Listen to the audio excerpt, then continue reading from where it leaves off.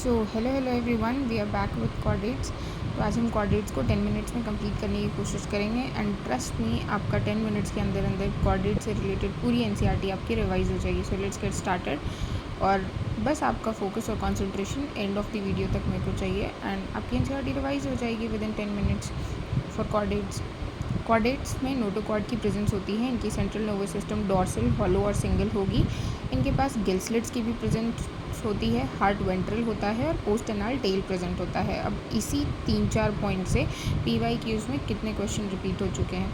Chordata के 3 सब phyla हैं, urochordata, cephalochordata and vertebrata. Urochordata और सिफेलोकॉर्डेटा जो होता है, इन दोनों को एक साथ हम प्रोटोकॉर्डेट्स बोल देते हैं और ये प्रिमिटिव इन नेचर होते हैं और ये दोनों ही एक्सक्लूसिवली मैराइन है। मोस्ट इंपॉर्टेंट पॉइंट जो कि मैक्सिमम बच्चों के द्वारा इग्नोर कर दिया जाता है। वहीं पे नॉन कॉर्डेट्स में भी कुछ फाइलम्स एक्सक्लूसिवली मैराइन थे, जो कि टीनोफोरा है, एकाइनोडर्मिटा है और हेमिकॉर्डेटा है। यूरोकॉर्डेटा में नोटोकॉर्ड होता तो है, लेकिन सिर्फ उसके लार्वा में होता है और लार्वा की भी सिर्फ टेल में होता है। अब इसका एग्जाम्पल याद रखने का तरीका है sad, S for Salpa, A for Ascidium and D for डॉलियोलम।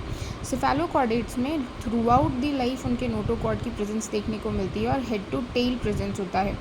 इसका एग्जाम्पल है Branchiostoma and Amphioxus. Next most important point जो एनसीईआरटी का है और ये कितनी बार PYQs में रिपीट हो चुका है, जितने भी वर्टिब्रेट्स होंगे वो तो कॉर्डेट्स होंगे, लेकिन सारे कॉर्डेट्स वर्टिब्रेट्स नहीं होते हैं। Now moving on to Vertebrata. Vertebrata को भी 2 में डिवाइड किया गया है, अग्नाथा एंड ग्नाथोस्टोमेटा। अग्नाथा में जॉ नहीं होता है, वहीं पे ग्नाथोस्टोमेटा में जॉ देखने को हमको मिलता है। नेक्स्ट, अग्नाथा का सिर्फ एक ही क्लास है, दैट इज साइक्लोस्टोमेटा। वहीं पे ग्नाथोस्टोमेटा को 2 सुपर क्लासेस में डिवाइड किया गया है, which is Pisces and Tetrapoda. Pisces में फिन्स देखने को मिलता है, वहीं पे टेट्रापोडा में लिम्स, हाथ पैर, ये सारे लिम्स ही बोले जाते हैं। ये फिन्स जो है ये बेसिकली स्विम करने में हेल्प करता है। पाइसेस के भी 2 क्लासेस हैं, कॉन्ड्रिक्थिस एंड ऑस्टिक्थिस। वहीं पर टेट्रापोडा में हमारे पास 4 है, Amphibia, reptiles, Aves and Mammalia. Now moving on to Cyclostomata, जो कि अग्नाथा का क्लास था, तो इसको पढ़ते हैं। साइक्लोस्टोमेटा में 6 to 15 pairs of gill slits होते हैं, ये नंबर याद रखना है। ये मैराइन होंगे बट माइग्रेट कर जाते हैं फ्रेश वाटर को स्पॉनिंग के लिए, कहने का मतलब रिप्रोडक्शन प्रोसेस के लिए, और वहाँ पे जाके वो मर जाते हैं। मतलब मैराइन होते हैं इन नेचर, मैराइन वाटर में रहते हैं, बट रिप्रोडक्शन के लिए फ्रेश वाटर में चले जाएंगे और फ्रेश वाटर में रिप्रोडक्शन करने के बाद ये मर जाते हैं। नेक्स्ट, इनकी सकिंग सर्कुलर माउथ होती है। इसका एग्जाम्पल है Myxine, hagfish and Petromyzon lamprey. Moving on to next.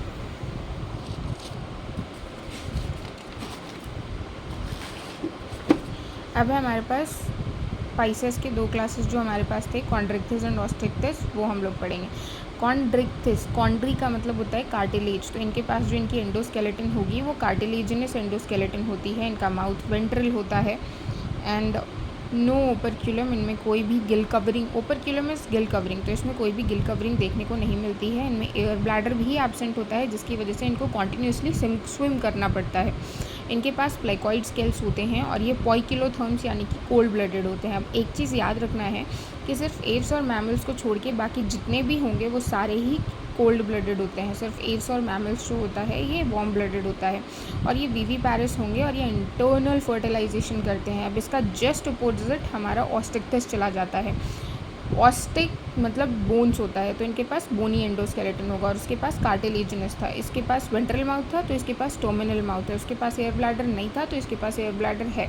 वहाँ पे ओपरक्यूलम नहीं था, यहाँ पे ओपरक्यूलम है। वहाँ पे प्लेकॉइड स्केल्स था, यहाँ पे साइक्लॉइड स्केल्स है। कॉमन क्या है, ये पॉइकिलोथर्म्स थे, ये भी पॉइकिलोथर्म्स है। और ये ऑस्टिक्थिस हमारे ओवीपैरस होते हैं और इनमें एक्सटर्नल फर्टिलाइजेशन देखने को मिलती है। And another most important common point जो है, क्योंकि है तो फिश नहीं, तो दोनों ही का हार्ट जो होगा वो 2 चैम्बर्ड होता है। अब कॉन्ड्रिक्थिस के एग्जाम्पल को देखेंगे। इलेक्ट्रिक ऑर्गन्स टॉर्पेडो में देखने को मिलता है। पॉइजनस जो है वो हमारा ट्राइगॉन है। मोस्ट इंपॉर्टेंट है, मैथ्स की फॉलोइंग में आ चुका है। Scoliodon, dogfish, Pristis, sawfish, Carcharodon, great water shark और ट्राइगॉन स्ट्रिंगरे। ये 2 एग्जाम्पल्स बहुत इंपॉर्टेंट है, electric organs and poisonous 1। Next, Osteichthyes के एग्जाम्पल्स, मैराइन वाले में एक्सोसीटस और फ्लाइंग फिश आ जाता है। हिपोकैम्पस, सी हॉर्स आ जाएगा। फ्रेश वाटर में लैबियो, जिसको हम रोहू बोलते हैं, कैटला और क्लैरियस आ जाता है। एक्वेरियम में Betta, fighting fish and Pterophyllum, angel fish. ये फिश काफ़ी ज़्यादा ब्यूटीफुल होती है देखने में।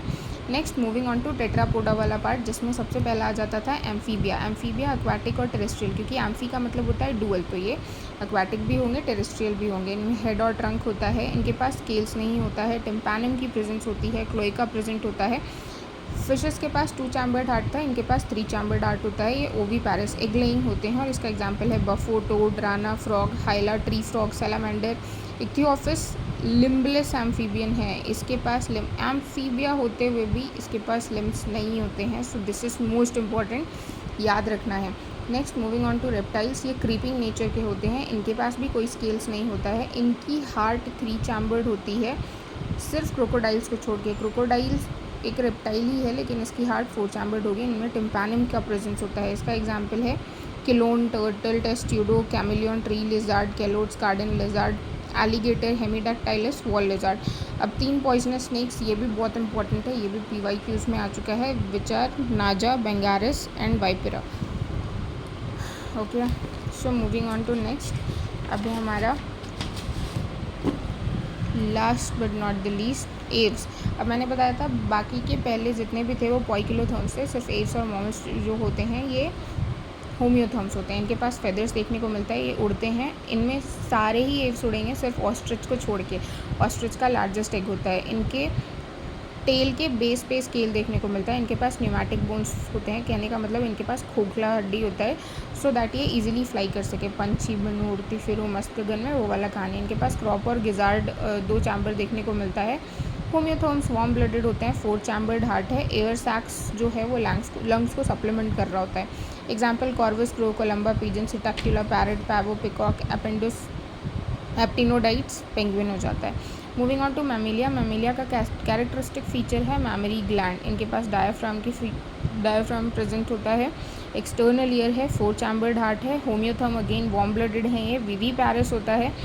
अब हम अंडे तो देते नहीं है, right, we are viviparous, we give birth to young ones, except platypus. Platypus mammal होते हुए भी एक विवी पैरिस ना हो करके ओवी पैरिस है, तो ये एक्सेप्शन याद रखना, दिस इज मोस्ट इंपॉर्टेंट।